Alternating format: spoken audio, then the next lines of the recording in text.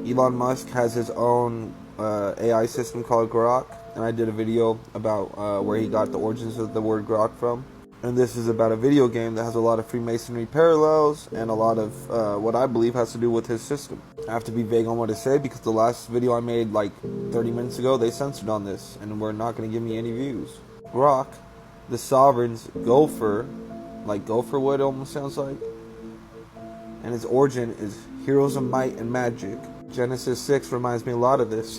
There were giants in the earth in those days, and also after that, when the sons of God came unto the daughters of men, and they bare children to them. The same became mighty men, which are of old, men of renown.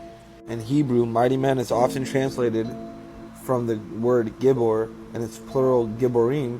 These terms denote individuals who are strong, powerful, and valiant, particularly in the context of warriors or heroes. The sons of God being angels, particularly those that have fallen, and came unto the daughters of men, and they bare children to them, the same that became mighty men. So the heroes that we know, mighty men, which is heroes, or warriors of old, men of renown, and renown is fame. So origin is heroes of might and magic, pathfinder of the demons, demon lord of Seol, minion of Ka-Beleth. Baal, kind of seems like that's really what the name is, Ka-Beleth, Baal. For the powers and skills description, you have agility, demon magic, logistics, magical power, pathfinding, strategy, and speed. The crimes associated with Grok: assisting world domination. I wonder what really is going on with that Grok AI we see. Attempted theft, identity fraud, invasion, unaliving, malefic, and stalking. Type of villain: stalker, demon, warlord.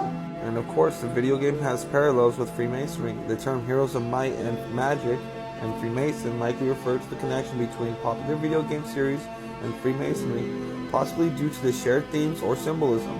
While the game itself doesn't explicitly feature Freemasonry, some players and fans have drawn parallels between the game's lore, characters, and gameplay elements with Masonic symbolism and philosophy. There is no direct or official connection between the two. Yes, there is. Here's a breakdown of potential connections. Shared themes and symbolism. Good versus evil. The game often features a conflict between light and dark factions, which can be interpreted as a parallel to the Masonic concept of opposing forces, light and darkness within oneself and the world. Heroes in the game, like King Griffinheart or Catherine Ironfist, embody leadership qualities and strategic thinking, which can be seen as analogs to roles and responsibilities of Masons and their lodges and communities. Knowledge and wisdom. The game includes elements of magic and knowledge acquisition, which can be linked to the Masonic emphasis on learning and self-improvement. So now, elements of magic and the knowledge of acquisition can be linked to the Masonic emphasis of learning and self-improvement, because they're not really just doing self-improvement in there. There's rituals done, occult rituals done in Freemasonry, especially higher up in like the 33rd degree. Artifacts and rituals. The game features powerful artifacts and rituals, spells that can be interpreted as symbolic representation of Masonic tools and ceremonies. Like the fact that there's even a parallel between Masonic tools and ceremonies and artifacts and rituals, spells. The fact that there's even a parallel between that because it's witchcraft, it's demonic.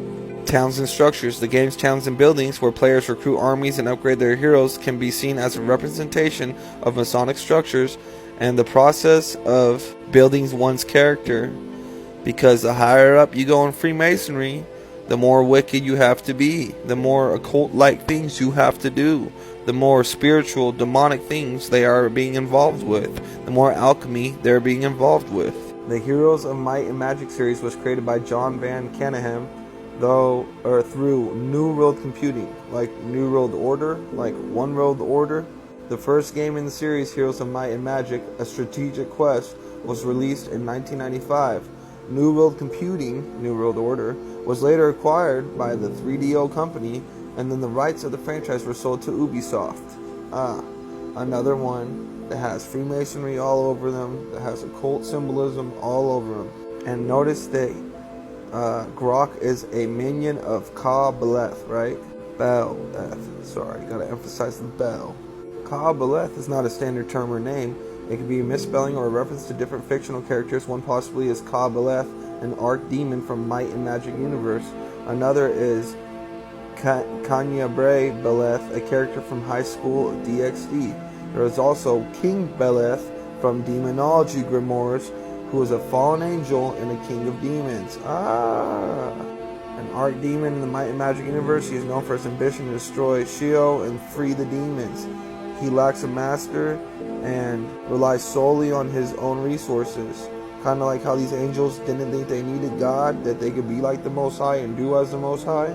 He's described as charismatic, intelligent, and fearless. And you got Kanya Bray, I don't know how you say that, Beleth, a character from High School DxD, Black of the Crimson Wedding Arc. He is a disciple of the Neo-Satan Mary Beelzebub, because this is all satanic. It all has to do with the fallen angels, Satan's rebellion, and then glorifying it through video games, TV shows, movies, politics, all that jazz. He's the youngest of the Beleth clan. He's engaged in Berolina Alisur as part of the political alliance. Oh, look at that, the political alliance. King Beleth, the demonology, a fallen angel who became the king of demons. He is one of the 72 spirits of Solomon. He's described as riding a pale horse, and being preceded by musicians. He is summoned for his ability to influence love between people. He was once an angel of the Order of Powers, tasked with maintaining the balance of love. He is known for his frightening appearance and the need for respectful summoning rituals. The first metal worker in the Bible was Tubal Cain, because that's the first Freemason. You get him from Cain's offspring. Cain ain't like us, Cain the serpent seed. People need to wake up with this grok thing going on, with this AI that they're trying to make seem so friendly and so useful, indoctrinating you to like straight up wicked spirits and entities you don't even know you're messing with.